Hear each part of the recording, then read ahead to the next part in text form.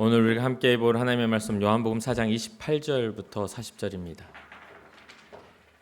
요한복음 4장 28절부터 30절, 28절부터 30절 말씀을 한 목소리로 합독하도록 하겠습니다. 여자가 물동이를 버려두고 동네로 들어가서 사람들에게 이르되 내가 행한 모든 일을 내게 말한 사람을 와서 보라. 이는 그리스도가 아니냐 하니 그들이 동네에서 나와 예수께로 오더라. 아멘. 아멘. 오늘 우리가 함께 나눌 말씀 요한복음 4장 28절부터 30절입니다. 짧은 세 구절이지만 이 안에 복음의 핵심적인 그러한 모습이 갖춰져 있기 때문에 이 안에서 우리가 발견해야 할 핵심이 무엇인지를 잘 들어보시고 또 이 말씀을 듣고 우리의 삶이 변화되는 은혜가 있기를 주님의 이름으로 축복합니다. 오늘 본문은 한 여인의 극적인 변화와 그리고 그녀를 통해서 시작된 부흥의 역사를 보여줍니다. 그 본문의 배경을 좀 살펴보면 예수님께서 이제 유대에서 갈릴리로 가는 그 길에 사마리아 지역을 통과하셔야 하는 그런 상황입니다. 당시 유대인들은 사마리아인들과 원수처럼 상종하지 않고 있었기 때문에 이 사마리아 지역을 통과하면 빠르게 갈 수 있지만 그 사마리아 지역을 통과하기 싫어했어요. 그래서 요단강 동편으로 이렇게 멀리 돌아가면 돌아갔지 우리가 사마리아 지역을 통과하지 너희들을 상종하지 않겠다. 이럴 만큼 아주 원수처럼 이렇게 관계가 깨어진 상태였습니다. 근데 예수님은 의도적으로 이 사마리아 지역을 통과하겠다 하시면서 그 지역을 중심을 통과하면서 오늘 우물가에 있는 한 사마리아 여인을 만나는 그러한 상황입니다. 만나야 할 영혼이 있기 때문에 주님은 우회하지 않고 직선으로 그 길을 걸으신 것이죠. 수가라 하는 동네에 이르렀는데 야곱의 우물가라는 우물가에서 이 여인을 만납니다. 아주 뜨거운 정오의 태양이 내리쬐고 있는 그런 상태예요. 사람들이 피할 그런 시간대에 이 여인은 이 물동이를 이고 이 물을 뚫어 이곳에 나와 있는 것이죠. 이 여인은 여러 가지 그런 이유들이 있었겠지만 사람들에게 외면당하는 사람입니다. 남편이 5이 있었고 또 그러한 것들이 문화적으로나 시대적으로 환영받지 못했던 시대였기 때문에 손가락질 받고 또 사람들에게 존중받지 못하는 그런 상황들이죠. 대부분 이제 아침이나 저녁 때 햇볕이 이렇게 뜨겁지 않을 때에 3, 4, 5 모여가지고 이렇게 같이 물 기르러 왔다가 서로 웃으면서 같이 또 들어가는 게 마땅할 텐데 이 여인에게는 수군거림이나 또 질시하는 눈빛들이 두려웠기 때문에 아무도 다니지 않는 그 시간대에 이곳에 와서 물을 떠가게 된 것이죠. 그런 상황에서 이 여인이 예수님을 만난 겁니다. 이 만남을 통해서 이에게 많은 변화가 일어나게 되죠. 뭔가 이 시대적인 그런 상황 속에서 이때는 그리스도 구원자를 기다리는 그 시대적인 상황이 있습니다. 그거는 사마리아인이든 유대인이든 헬레니즘 문화는 로마의 압제 속에 있었기 때문에 나라의 회복이나 때로는 나라 잃어버린 백성들의 슬픔을 감싸 안아줄 그러한 존재가 필요했던 것이고 또 예언적으로 보면 메시아에 대한 예언이 있었기 때문에 많은 사람들이 그런 갈망을 가지고 살고 있었던 때입니다. 오늘날 마지막 때라고 일컬어지는 우리의 지금 사회적 문화 속에서도 뭐 AI의 발달이나 여러 가지 기계적인 또 이 과학의 발달 속에서 신앙자들은 다시 오실 예수님에 대한 그 재림의 주님을 기다리는 것처럼 이때에도 동일하게 이들의 아픔을 눈물을 닦아줄 메시아에 대한 갈망이 있었던 것은 분명합니다. 그러나 이러한 것들은 큰 어떤 주제 안에서 큰 역사 안에서 이루어지는 것이지 한 여인의 개인적인 상황과 삶 속에서 이루어지리라고는 생각지 못할 그런 일이기도 합니다. 게다가 소외되고 또 수치스러움이나 여러 가지 삶의 상황 속에서 자신감을 잃어버린 한 여인에게 일어날 일이라고는 상상하지 못할 일이죠. 그러나 예수님께서 그를 만나셨고 그의 삶에 예수님의 복음이 선포됨으로 인해서 완전히 이 여인의 인생의 방향성이 달라지는 것을 보게 됩니다. 첫 번째 변화는 우선순위의 전환이 일어납니다. 지금 이 여인의 전체적인 관심사는 아무도 마주치지 않고 물을 떠서 빨리 가는 게 전체적인 관심사겠죠.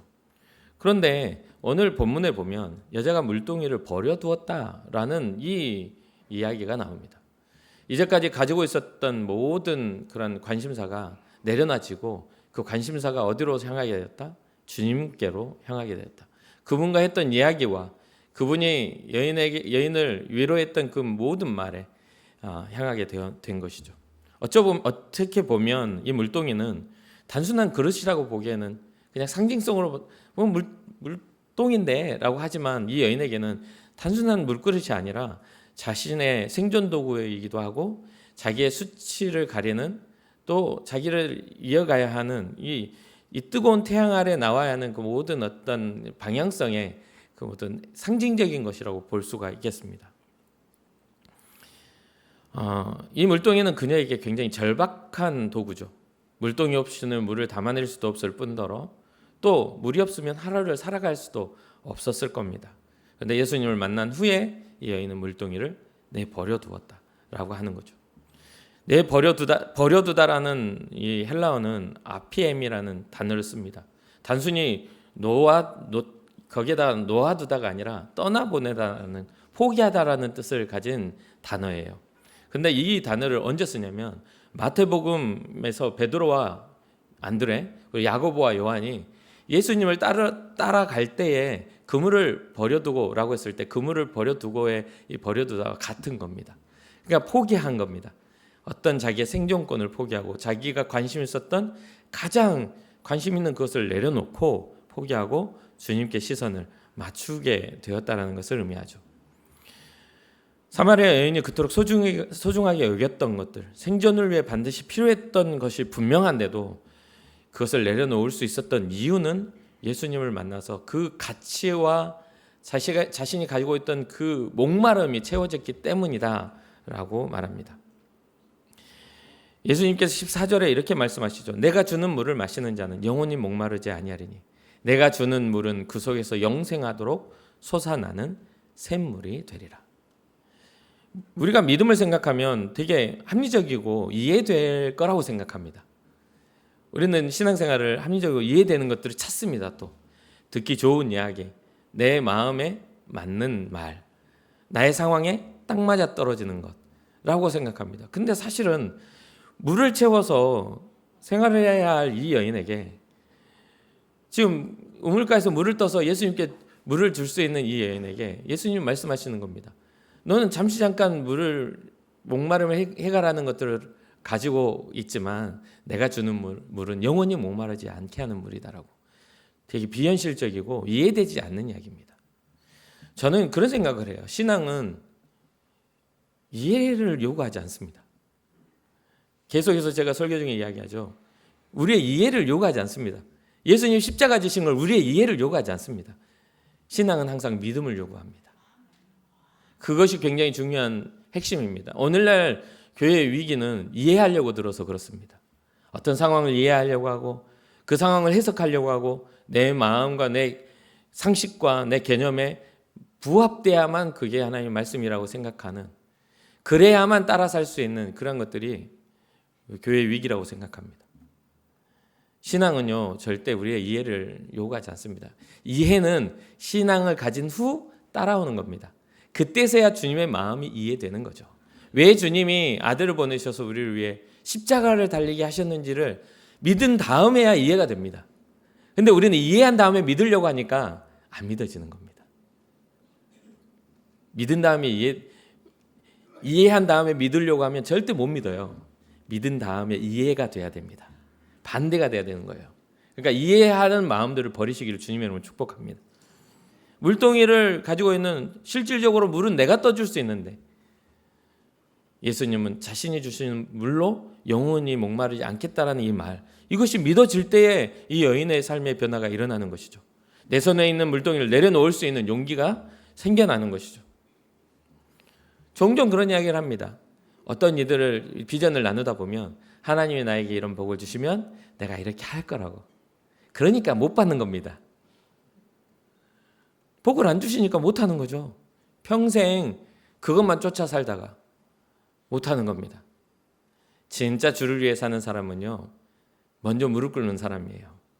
주님이 하실 일들을 기대하고 주님 앞에 나와 주님을 만나는 사람이 주님의 일을 할 수 있는 사람입니다. 남편을 5이나 바꿔가며 행복을 찾으려 했던 이 여인의 삶의 목마름이 분명히 있겠죠. 성실하게 살아가지만 상실의 아픔을 겪을 수밖에 없는 세상의 불공평 앞에 놓여진 것들. 우리는 세상을 생각할 때 많은 것들을 가진 사람은 여유가 있겠죠. 그러나 인류가 시작된 후에, 아담의 범죄 이후에 인간의 역사가 시작된 후에는요, 사람이 공평해진 적이 단 한 번도 없습니다. 형평성을 가진 때가 없어요. 어떠한 이데올로기적, 어떠한 정치적, 어떠한 국가적, 그 어떠한 법을 갖다 잣대를 대놔도요, 사람은 평등해질 수가 없었습니다. 왜요? 어떠한 단체든 어떠한 나라든 조직이 필요하거든요. 지배계층과 피지배계층이 생겨날 수밖에 없어요. 그게 아무리 사회주의적인 공동생산의 공동분배라는 그런 공산주의적인 사상을 정말 멋진 이야기잖아요. 공동으로 생산해서 절대로 그럴 수가 없습니다. 벌써 이미 그게 망했다는 걸 우리가 뻔히 알고 있는 거 아닙니까? 왜요? 무조건 받는 사람이 있으면 나눠주는 사람이 있어야 되는 거잖아요. 땅바닥에 버려놓고 알아서 집어가라고 하진 않을 거 아닙니까? 그러니까 이게 형평성이 없는 세상의 우리 법칙입니다. 하다못해 많이 가진 자들 사이에서도 문제가 일어납니다. 그래서 제가 예전에 대전에서 목회하는데 이 꼬맹이들이 하는 말이 그러는 거예요. 유치원에서 우리 아빠는 박사야. 그렇게 이야기하니까 옆에 있는 애가 아빠들은 다 박사야. 거기는 다 박사들이 사니까 그렇게 이야기했답니다. 무슨 말인지 이해가 되십니까? 그러니까 어떤 위치 속에서도 어린 아이라도 도토리 키재기식으로 자기가 우위에 있다는 것을 본능적으로 알고 있는 겁니다. 그리고 조금 더 많이 가진 사람은 조금 가지지 못한 사람들을 내려다 보게끔 그냥 시선이 되어 있는 것이죠. 그러니까 평등해질 수가 없습니다. 교회 안에는 어떻습니까? 직분에 따라서 나눠지지 않습니까? 뭔가 책임을 져야 한다. 뭔가 직분을 가지면 내가 가진 권리가 있다. 그것도 이상하지 않습니까? 우리는 교회에는 직분이 수평이라고 말합니다. 수직은 하나님밖에 없다라고 말해요. 근데 막상 교회에 들어가 보면 그렇지 않죠. 성도였을 때는 되게 비적극적이고 교회 와도 자신감이 없이 뒷자리에 앉거나 앉으라는 자리에 앉아야만 하죠. 직분을 가질수록 권찰로, 집사로, 권사로, 안수집사로, 장로로 할수록 어떻게 돼요? 목소리가 커지죠. 그게 어떻게 형평성 있고 공평합니까? 수평입니까? 불가능한 이야기예요. 그러니 성경은 항상 이야기합니다. 예수님은 하늘 보좌를 버리고 이 땅에 내려 가장 낮은 자로서 겸손에 섬김의 도를 보여주셨다. 제자들의 발을 씻겨주셨고 직접 인류의 죄를 짊어지고 십자가의 길을 걸어가셨다. 알고는 있지만 우리는 따라 살기는 어렵지 않습니까? 제가 교회 안에 사역을 하면서 가장 제가 어렵게 생각하는 게 뭔 줄 아십니까? 여러분, 우리는 세례를 받는 순간 하나님의 자녀로서 인치심을 받습니다. 하나님 자녀로서의 선포가 일어나요. 그러면 그때는 어떻게 돼요? 자녀입니다. 그냥 내 집이 되는 거예요. 하나님 앞에서 우리가 공급받고 하나님 앞에 우리가 똑같은 위치가 되는 겁니다. 그런데요, 교회의 구경꾼은 교회가 나를 어떻게 해주길 바랍니다. 우리가 바라는 것은 하나님이 우리의 삶에 어떻게 하시기를 바라야지, 교회의 재정적인 투명성, 교회의 재정적인 활용, 부서가 되면 부서는 이렇게 재정을 후원해 줘야지, 이런 요청 자체가 저는 좀 이상하게 여겨집니다. 그런 것들부터가 이미 모순인데 우리는 그걸 상식이라고 이야기를 한다는 거죠. 우리는 하나님 나라의 백성으로서 공동체적 운명을 가지고 살고 있는 존재들이에요. 서로 나누며, 서로 격려하며, 서로 사랑하며, 일방적인 것들을 요구하는 것이 아니라 서로 하는 거라는 거예요. 예수님께서도 말씀하시죠. 서로 사랑하라. 예수님이 제자들을 발을 씻기시면서 내가 너희를 사랑한 것 같이 너희도 서로 사랑해야 돼. 너희도 섬겨야 돼. 라고 말씀하시죠. 그러한 어떤 삶의 우선순위의 변화가 일어날 뿐만 아니라 개념과 가치관, 마음의 변화가 일어나야 되는 것이 신앙적 변화입니다. 그런데 왜 그런 현상이 일어나지 않는 걸까요? 이 여인은 왜 그렇게밖에는 살 수 없었을까요? 그때까지 가치 있는 주님을 만나지 못했기 때문이죠. 그 여인의 삶을 변화시킬 뿐만 아니라 이 여인의 사례를 통해서 세상을 변화시킬 주님은 이 소외되고 자신감 없는 여인에게 찾아가 복음의 진수와 핵심을 가르쳐주고 있다는 것이죠. 우리에게도 물동이가 있습니다. 분명히 그렇죠. 우리가 붙잡고 우리가 이거 아니면 안 된다고 생각하는 물동이들을 가지고 있지 않습니까? 누군가는 자존심의 물동이, 누군가는 재력의 물동이, 누군가는 명예의 물동이, 직장이나 아니면 어떠한 관계의 물동이, 그런 걸 가지고 있어가지고 교회 안에 들어와도 우리 팀인데 이 어려운 사람 넣지 마세요. 너무 불편해. 라고 하는 우리만의 회를 만들고 복음의 한계를 정해 놓는 거죠. 그 복음의 한계는 누가 정하는 겁니까? 바로 나의 인식 아닙니까? 나의 생각, 나의 불편함이 복음을 가로막고 있다는 것은 우리가 인지하지 못하는 거 아닙니까? 예수님은 마음껏 우리를 용서하시고 생명을 다해 우리를 사랑하시는데 우리는 우리의 바운더를, 우리를 울타리를 정해놓고 우리의 것들을 펼치려고 한다는 것이죠. 그러니 교회가 위기가 될 수밖에 없죠. 주님의 의지와 주님의 뜻을 가지고 교회가 세워지고 부흥해야 하는데 우리의 의지와 우리의 뜻이 교회 하나의 울타리를 만드니 얼마나 부끄러운 일이 되는 것이겠는가? 얼마나 부끄러운 일이 되는 것이겠는가? 하나님 앞에 섰을 때 우리는 어떤 말을 할 수 있겠는가? 라고 다시 한번 질문하게 되죠. 물동이를 가지고 물을 올리지 말라는 이야기가 아닙니다. 물질이 필요 없다는 이야기가 아니고 우리의 삶의 자존감이나 자존심이나 우리의 삶의 명예가 필요 없다는 이야기가 아니에요. 우리는 그걸 다 가지고 있기 때문에 다 필요합니다.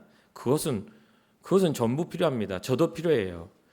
아무리 낮아져도 와서 나를 목사인 저를 무시하고 목사 새끼가 이러면 기분 나쁘겠죠. 그런 이야기도 들어봤으니까 제가. 교회 안에 그런 이야기 안 들을 것 같죠? 실제로 그렇게 말하는 사람들이 있습니다. 그런 것들을 경험하면서도 멱살을 안 잡고 산 게 저에게는 은혜입니다. 그냥 용서해 주는 게 은혜예요.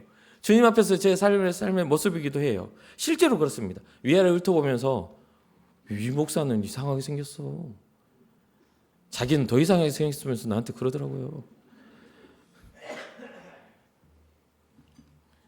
근데 그런 게 안 좋다는 게 아니에요. 있어야 됩니다. 서로를 존중하며 세워지며 물질도 건강도 명예도 가진 위치도 있어야 됩니다. 그러나 그보다 더 중요한 게 생명의 근원 되신 예수님이라는 말을 하고 있는 것이죠. 물동이를 내버려 두었다고 해서 물동이를 아예 그냥 내팽개쳐주고 물도 안 퍼먹고 사는 게 아닙니다. 다시 돌아와서 주님과의 관계 이후에 아마도 다시 또 물을 이고 자기의 삶을 살아가겠죠. 그런데 잠시 잠깐 해갈하는 그 물이 아닌 영원히 우리의 영혼을 자유롭게 하실 주님을 만나는 그때에는 잠시 내려놓으시라는 겁니다. 더 좋은 것, 영원한 것을 발견했다면 좀 더 집중할 필요가 있다는 거예요. 우리가 어떠한 회사를 들어갈 때에도 그 회사가 요구하는 그 기준이 있잖아요. 그 기준을 위해서 우리는 밤낮 잠을 안 자고 공부를 하고 거기에 뭐 운동이 필요하면 몸에 운동을 해서 몸의 건강을 맞추고 거기서 필요로 하는 것들을 채워서 가야 그때서야 뭐가 돼요? 비로소 최소 조건을 갖추는 겁니다. 최소 조건이에요. 그리고 거기서 어떻게 해야 돼요? 경쟁하게 되겠죠. 준비하는 사람들이 와가지고 경주를 해가지고 통과된 사람이 고용되는 거 아닙니까? 영원한 하나님의 나라를 바라보는 우리에게는 값없이 주어진 그런 것들이 있는데 우리는 아무런 노력을 하지 않고도 그걸 받았으니까 끝이야라고 여기는 게 아니라 그곳에 가치를 두고 걸어가는 최소한의 노력이 필요한 겁니다. 그것은 뭐냐면 믿음입니다. 예수님을 만난 후 주님을 나의 구주로 믿습니다라는 믿음이 우리로 하여금 최소 조건을 가지고 있는 거예요. 그보다 좀 더 나아가면 사명적 믿음을 갖게 되는 것이죠.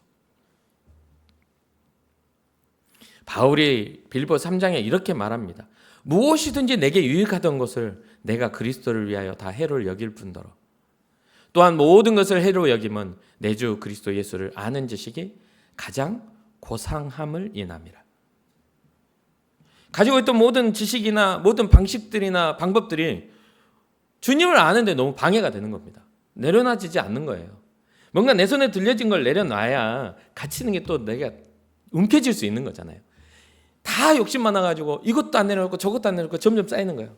내 앞길도 모르게 쌓여가지고 이게 바르게 가는 건지 이게 옳은 것인지 알지도 못하고 욕심만 많아가지고 그래 살면 더 이상은 우리는 올바른 곳을 향할 수가 없는 것이죠. 그리스도를 알게 되면 다른 모든 것의 가치가 재평가가 됩니다. 가치가 상실되는 게 아니라 재평가가 되는 거예요. 붙들고 있던 것을 내려놓을 수 있게 됩니다. 잠시 잠깐 우선순위가 바뀌어서 너는 이 다음에 잠깐만 하고 더 중요한 일을 한 다음에 이 일들을 다시 취할 수가 있는 겁니다. 그러면 우리가 가진 물동이는 무엇일까요? 주님 앞에 내려놓고 주님이 주신 생수를 받을 수 있는 그 물동이, 그것을 잠시 잠깐 내려놔야 되지 않겠습니까? 한번 여러분 마음속으로 생각해 보세요. 내가 주님을 믿는데 방해되는 것들이 무엇인가? 요즘에 이제 새가족 이렇게 정착하는 프로그램들, 교회 블렌딩하는 그런 프로그램들을 하면요, 꼭 그런 질문을 한답니다. 교회에 와가지고, 이 새로운 사람들이 와가지고 가장 큰 문제죠. 뭐냐면 새로 와가지고 하는 말이 꼭 헌금은 해야 돼요? 묻는데요. 당연한 현실적인 질문 아닙니까? 꼭 헌금은 해야 되나요? 여러분들은 어떻게 대답하시겠어요? 꼭 해야 된다고 말씀하시는 분들은 약간 예스러운 분들, 그거 안 해도 돼 하는 분들은 자유주의 신학자.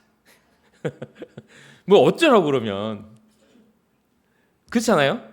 근데 교회는요, 헌금하는 곳이 아닙니다. 그것은 확실해요. 그러나 모든 예는 갖춰짐에는 고대로부터 지금까지 모든 관계 안에서 좋은 관계는요, 상대방을 생각하는 만큼의 예물이 필요합니다. 이해가 되세요? 그래서 하나님을 경외하고 하나님 앞에 받은 은혜가 있다면 하셔도 되고, 나는 헌금하다가는 못 믿겠어 그러면 안 하셔도 됩니다.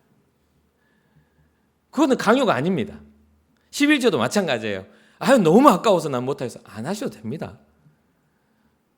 아브라함의 축복을 못 받겠죠.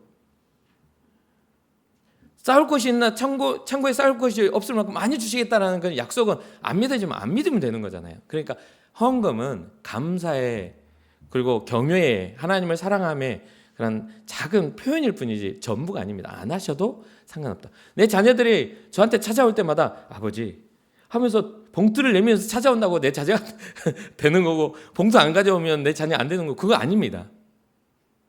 언젠가는 우리 아이들이 스스로 서게 돼가지고 직장을 갖게 되고 또 뭔가 경제활동을 하게 되면서 집에 찾아올 때 음료수 한 병이나 하나라도 사들고 오면서 아빠가 좋아하는 거 가져오는 그런 것들 아니겠냐 이 말이에요. 그러면 그렇게 되면 어떻게 돼요? 우리 하나님은 더 풍성하신 분이라 우리가 살아가는 삶을 더 풍성하게 채우시리라는 그 약속을 믿는 믿음 안에서 이루어지는 겁니다. 그러니까 자꾸 이해해가지고 뭔가를 하려고 하면 안 되는 거예요. 믿음으로 주님 앞에 나아가 그 은혜의 법칙, 믿음으로 심고 은혜로 거두는 것들을 믿는 사람들에게만 가능한 거라는 거죠. 일부 때는 안 한 이야기를 좀 해버렸네요. 어쨌든 그렇습니다. 그리고 예수님을 알고 가치가 바뀌니까요, 이 여인에게 재미난 일이 생겨납니다. 이전까지는 물동이를 이고 종호에나 뜨거운 햇볕에 나왔던 여인이 수치와 부끄러움 때문에 그랬던 거잖아요. 사람을 안 마주치려고. 그런데요, 물동이를 버려두고 이 여인이 어디로 향해요? 동네로 들어가요. 그리고 사람들을 만나요. 예수님 만나기 전에는 부끄러웠던 여인이 예수님 만난 후에 가치가 달라지고, 예수님 만난 후에 그 삶에 자기의 가져왔던 그 의문들이 해결되니까 기쁨으로 동네로 들어가 가지고 사람들을 만납니다. 관계가 회복되고 관계의 변화가 일어나는 거예요. 그러니까 가끔 그런 이야기를 합니다. 다른 사람들과 환경이 문제가 아니라 내 마음이 연약해서 깨지는 경우가 많다고요.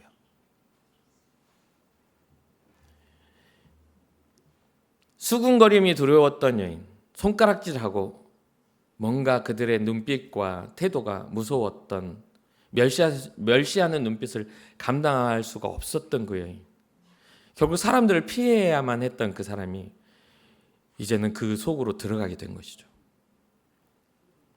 그 시선들 앞에 당당하게 걸어가는데 그의 마음에는 자기의 수치보다 구원자를 만난, 메시아를 만난 기쁨이 더 앞서 있었습니다. 이건 엄청난 변화이고 놀라운 변화입니다. 예수님과의 만남이 그의 삶, 그녀의 삶을 완전히 바꿔버린 거죠. 예수님은 사마리아 여인의 모든 걸 알고 계셨습니다. 5 남편의 이야기, 지금 함께 사는 남자의 이야기, 그가 숨기고 싶었던 모든 것을 예수님 다 알고 계셨죠. 그런데 본문에는 예수님의 그 여인을 정죄하는 내용이 나오지 않습니다. 우리는 뭔가 알면 이용하려고 드는 습관을 가지고 있습니다. 그 사람의 약함을 알면 그것을 약점 삼으려고 해서 내 말 들어야 돼. 내가 다 알고 있어. 명명백백 밝혀야 돼. 이런 어떤 그 정의감이 막 불타오릅니다. 근데 예수님은요, 그때 당시에 문화적인 상황에서 비난받고 손가락 당하고 때로는 돌로 쳐 죽임을 당해야 하는 그 부정한 여인을 정죄하지 않고 오히려 목마르냐? 내가 주는 물을 마시면 영원히 목마르지 않게 될 것이다. 예배에 대한 이야기, 회복에 대한 이야기, 하나님의 나라에 대한 이야기를 소개하시죠. 그녀의 모든 각을 아시면서도 그녀에 대한 배려와 사랑을 아낌없이 베풀어 주셨습니다. 이러한 사람을 처음 만나보는 겁니다. 이 여인의 모든 경험을 뛰어넘는 이 예수님의 만남은 그녀에게 자유함을 주게 된 것이죠. 요한일서 4장 18절, 사랑 안에 두려움이 없고 온전한 사랑이 두려움을 내쫓나니. 어떤 한 남자와 여인의 사랑이 아니라 영원하신 왕, 세상의 구원자이신 예수 그리스도의 그 아가페 사랑이 이 여인에게 와 닿은 겁니다. 모든 죄를, 우리의 죄를 아시면서도 우리를 사랑하시는 그분을 의지하시기를 주님의 이름으로 축복합니다. 사람들이 우리를 어떻게 생각하든지 이미 하나님께 받아들여졌다는 확신이 우리에게 생긴다면 담대하게 세상을 향해 나아가십시오. 사람들의 시선, 그런 것들보다 더 주님의 시선에 여러분들 삶을 맞추시기를 주님의 이름으로 축복합니다. 이게 바로 복음의 능력입니다. 예수님을 만나면 관계가 회복될 뿐만 아니라 먼저 하나님과의 관계가 회복됩니다. 죄로 인해 단절되었던 우리의 모든 연약함이 그리스도의 예수 안에서 다시 회복되어지는 것을 경험해야만 하는 것이죠. 하나님과의 관계가 회복되면 사람들과의 관계도 자연스럽게 회복됩니다. 왜요? 하나님의 선하심이 우리에게 깃들기 때문입니다. 숨어 살던 자가 담대하게 나서게 되고 수치로 얼굴을 들지 못했던 자가 당당하게 증거하게 됩니다. 그 안에는 실패가 있고 그 안에는 부족함이 있지만 그 실패와 부족함을 채우시는 하나님이 우리에게 구주가 되신다는 것을 알게 되는 것이죠. 그리고 3번째 변화가 일어나죠. 뭡니까? 관계가 바뀌니까 그 관계를 통해 전도가 일어납니다. 이 전도 안에는 29절을 보십시오. 내가 행한 모든 일을 내게 말한 사람을 와서 보라.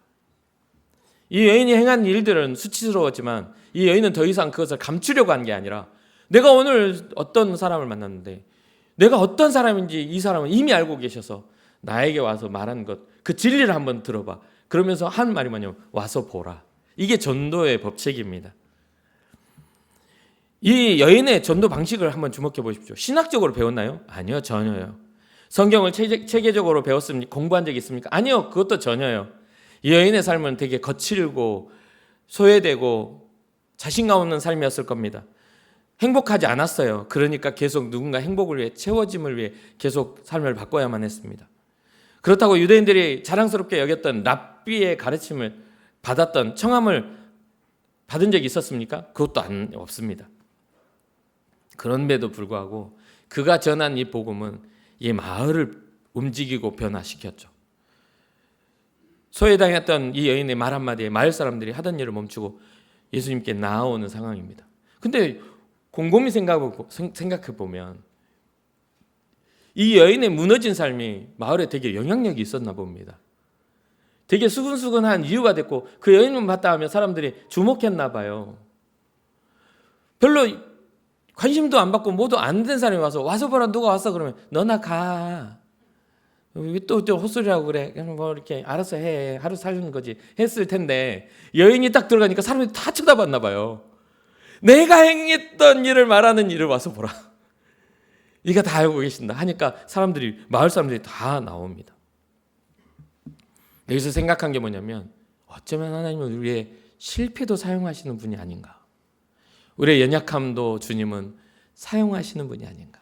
여기서 위로를 받습니다. 주님 제가 완벽하지 않아도 제가 다른 이들이 보기에 훌륭해 보이지 않아도 주님의 손에 제가 들린다면 주님 쓰임받을 수 있음을 믿습니다라고 말할 수 있는 그런 위로가 이 안에 있는 것 같습니다.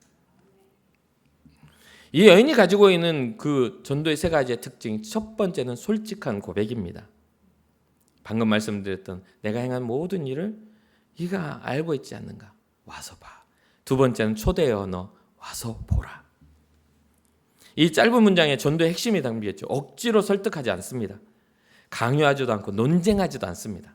논쟁거리도 주지 않아요. 근데 우리는 가끔 전도를 하려고 하면요, 자꾸 설명하려고 들고 설득하려고 듭니다. 물론 설득을 해야 오기도 하겠지만 사실은요, 우리는 씨앗을 심고 물을 줄 수는 있지만 생명을 싹 틔울 수는 없는 존재들이잖아요.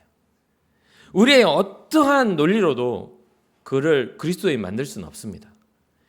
여러분들이 이 자리에 앉아 있는 것은요, 하나님의 논리와 하나님의 설득이죠. 하나님의 크신 은혜입니다. 여러분들 의지를 가지고 이 자리에 앉아 있는 것 같아도 하나님이 부르시고 이 여인을 만나셨던 것처럼 주님이 만나주셔서 여기까지 오게 하시는 은혜가 있다는 거죠. 그 모든 것들을 이루어가기 위해서 다양한 곳에서 주님은 여러분들을 설득하시고 여러분들에게 씨앗을 심고 계십니다. 지나가던 어떤 사람, 오랫동안 만났던 알았던 어떤 사람, 그들의 그런 어떤 초대의 언어를 통해서 오게 되는 것이죠. 요한복음 1장에 빌립이 나다나엘에게 했던 말과 같습니다. 나다나엘이 나사렛에서 무슨 선한 것이 날 수 있느냐라고 변론을 하려고 합니다. 논쟁하려고 하죠. 그러니까 빌립이 하는 말이 논쟁 안 해요. 그냥 와서 봐. 와서 보라. 네가 예수님을 만나면 알게 돼. 저도 여러분들에게 동일한 초대를 하고 싶습니다. 그냥 주님을 만나십시오. 그러면 여러분들의 마음에 생겨나는 이 물음표는 다 없어집니다. 감격이 생겨나고요, 감사가 생겨나고요, 기쁨이 생겨날 겁니다. 아직도 주님의 전에 나와서 예배하고 주님을 이렇게 하는 것들이 감격과 기쁨이 없다면 어쩌면 주님을 잘 우리가 제대로 못 만난 거 아닐까요? 실제로 만나시는 예수님을 만나게 되면 우리의 삶에 변화가 일어나게 되죠. 그러면서 세 번째 전도의 법칙입니다. 이는 그리스도가 아니냐라고 합니다. 단정짓지 않고 질문의 형태로 말합니다. 결국은 우리가 단정적으로 말한다 할지라도 받아들이는 사람들이 그것을 받아들이지 않게 되면 아무런 이게 역사가 일어나지 않죠. 아무리 좋은 걸 줘도 뭐 그렇죠. 가끔 그런 걸 편식쟁이들한테 하는 말. 내 입에는 너무 맛있는 떡갈비를 하는데 나는 고기 안 먹어. 나는 너무 맛있는 샐러드를 주는데 나는 야채 먹으면 부글부글 거리더라. 이유를 찾으면 어떤 것도 맛있는 게 없잖아요. 건강을 위해서든 관계를 위해서든 뭐 먹는 것의 즐거움을 위해서든 그런 것들을 우리가 받아들이고 그것을 온전하게 했을 때 어떤 역사가 일어나는 것처럼 예수 그리스도를 아무리 소개 잘하고 예수님은 생명이라고 말을 해도 내가 생각했을 때는 아닌 것 같아. 제가 학교 다닐 때 고등학교 때 친구들을 전도하려고 그때도 엄청 막 불타오르고 또 대학교 때는 뭐 노방전도부터 해가지고 전도를 엄청 많이 한 10년 넘도록 막 길거리에 나가서 막 전도를 했어요. 대학교 다닐 때는 학교 내에서 막 신학생들을 대상으로 막 뭐 제가 가진 건 별것도 없는데 그냥 마음을 주셔서 우리가 마지막 때 온전한 꿈을 꾸고 비전을 가지고 주의 영광 위에 살아야 된다고 막 우리가 이렇게 해서는 안 된다고 그러면서 신학교 내에서부터 해서 신학교뿐만 아니라 역과 또 버스 정류장과 뭐 이런 정말 한 10년을 그렇게 전도를 했거든요. 그런데 열매는 별로 안 맺습니다. 아무리 말해도 잘 안 믿어져요. 재미있는 것은요, 복음을 여기다 선포했더니 열매는 주님의 바람이 불어와 맺어지더라고요. 그러니까 눈앞에 보이는 현상에 우리가 관심을 두고 하는 게 아닙니다. 믿음은 보이지 않는 것들의 실상이요, 바라는 것들의 증거인 것이죠. 주님이 일하실 수 있도록 우리의 삶에 은혜의 통로를 만들어내는 것이 전도입니다. 그러니까 이는 그리스도가 아니냐, 나는 그분이 그리스도라고 확신한다. 그러니 너희들이 와서 혹시 이분이 그분이 아닌가 한번 봐볼래? 초대하는 겁니다. 우리의 믿음 확신이 초대로 나오는 거예요. 그러니까 결국 믿음은 스스로 찾고 스스로 깨달아야만 생겨나는 겁니다. 여기 와가지고 10년, 20년, 30년 말씀을 들을 때마다 항상 눈꺼풀이 가라앉고 안 들리시는 분들은 20년 믿어도 잘 이해가 안 되죠. 예. 똑같은 이야기잖아요. 사실 저도 설교할 때마다 얼마나 고민하는 줄 몰라요. 설교는 오직 예수 그리스도를 전하는 건데, 그래서 그 고민 중에 오류에 빠지는 게 뭔 줄 아십니까? 가끔 충동이 일어나요. 뭔가 쇼를 할까? 이렇게 충동이 일어나요. 그러면 안 졸고 잘 들을까? 이해 잘 할까? 어떤 책을 읽다가 무슨 문구를 보면 너무 비유가 잘 돼 있으면 그거를 막 적용해가지고 이야기해서 막 설득을 막 해볼까? 아니요. 별의별 걸 다 해봤는데요. 그냥 은혜가 안 되는 사람은 은혜가 안 되고요. 은혜가 된 사람은요, 그냥 제 얼굴 쳐다보고도 은혜를 받습니다. 아이고, 오늘 목사님은 괜찮네, 머리도 잘 자르셨네.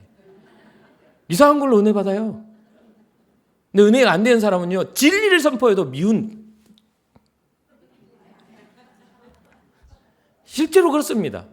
그래서 저는요, 복음에 어떤 의지가 별로 없어요, 사실은. 복음은 저는 전할 의지만 있지, 여러분들 어떤 열매를 설득하고 열매 맺을 의지가 없습니다. 그건 하나님이 하실 일이에요. 저는 씨앗을 심고 물을 줄 수는 있지만 싹을 틔울 수는 없는 사람이잖아요. 그러니 여러분들의 의지와 시선을 가지고 주님 만나시길 주님의 이름으로 축복합니다. 그 결과가 30절이죠. 그들이 동네에서 나와 예수께로 나오더라. 한 여인의, 정말 소외받던 여인의 진실된 증언이 마을 전체를 예수님께로 이끌어 나오는 것을 보게 돼요. 그러면서 39절에 이러한 결과가 나옵니다. 여자의 말이 내가 행한 모든 것을 그가 내게 말하였다 증언하므로 그 동네 중에 많은 사마리아인이 예수를 믿는지라. 그러면서 41절에 예수의 말씀으로 말미암아 믿는 자가 더욱 많아. 그 여자에게 말하죠. 그 여자에게 말하되 이제 우리가 믿는 것은 네 말로 인함이 아니니 이는 우리가 친히 듣고 그가 참으로 세상의 구주이신 줄 알미라 하였더라. 그러니 사랑하는 성도 여러분, 목사의 말 믿고 내 말 듣고 믿지 말고 주님 만나서 믿으시길 주님의 이름으로 축복합니다. 혹시 합니까? 혹시 알아요? 저도 좀 헷가닥해가지고 이상한 소리 할지? 그러면 헷가닥해서 같이 이상해질까요? 그러지 마시라는 거예요. 우리는 완벽할 것 같지만 사람은 완벽할 수가 없습니다. 완벽한 설교는 없습니다. 주님의 완벽한 말씀만 존재할 뿐이죠. 영원히 변하지 않으시는 생명의 그 말씀만이 온전합니다. 그래, 사랑하는 성도들, 오늘 하루도 여인과 같이 주님을 만나 감격하는 신앙 되시기를. 그리고 우선순위는 물동이 잠깐 내려놓고 주의 말씀에 집중하여 생명의 말씀을 들으시는, 그리고 그 말씀 가지고 여러분들 삶에 돌아가 와봐. 삶을 바쁘잖아. 그래도 그렇게 삶을 바빠봤자 별거 없어. 아들아, 딸아, 잠깐 와서 예수님의 말씀 듣자. 잠시 잠깐 이거 여러분 와가지고 1시간 주님 앞에 1시간 한 20분 예배 드리는 이거 아까워가지고 영혼을 망치시겠어요? 이 시간을 소중하게 여기고 잠시 잠깐 물동에 내려뒀던 거 가치 있게 가서 다시 자신감 있게 들어 올리고 시원한 물 넣어가지고 밥 짓고 사람들을 따뜻하게 먹이는 그런 삶을 사시라 이 말이에요. 그때부터는 가치가 달라진다 이 말입니다. 말씀의 결론을 맺을게요. 오늘 말씀을 통해 세 가지를 우리가 기억해야 합니다. 첫 번째는 물동이를 내려놓으세요. 주님 앞에 나올 때는 모든 염려, 근심, 하고자 하는 욕망 다 내려놓고 나가서 순전하게 주님을 만나시길 주님을 축복합니다. 두 번째는요, 자꾸만 상황과 환경 뒤에 숨으려고 들지 마시라는 겁니다. 자꾸만 핑계거리, 자꾸만 안 될 거리들을 딱 앞에다 내놓고 나는 이래서 안 되고 나는 이래서 뭐하고 자꾸만 숨지 않아야 됩니다. 이 여인처럼 당당하게 나아가셔야 돼요. 예수 그리스도의 복음을 가지고. 그리고 마지막으로 우리는 전해야 될 사명이 있는 겁니다. 우리는 전해야 합니다. 전하지 않으면 안 돼요. 이게 우리에게 주어진 마지막 때의 사명이기도 합니다. 증인이 되십시오. 성령의 역사, 복음의 전파, 말만 할 것이 아니라 증인이 돼야 됩니다. 우리는 그렇게 되기 위하여 은혜로 부름받은 사람들이니까. 그래서 우리를 만나는 사람들이 이런 고백이 일어나야 돼요.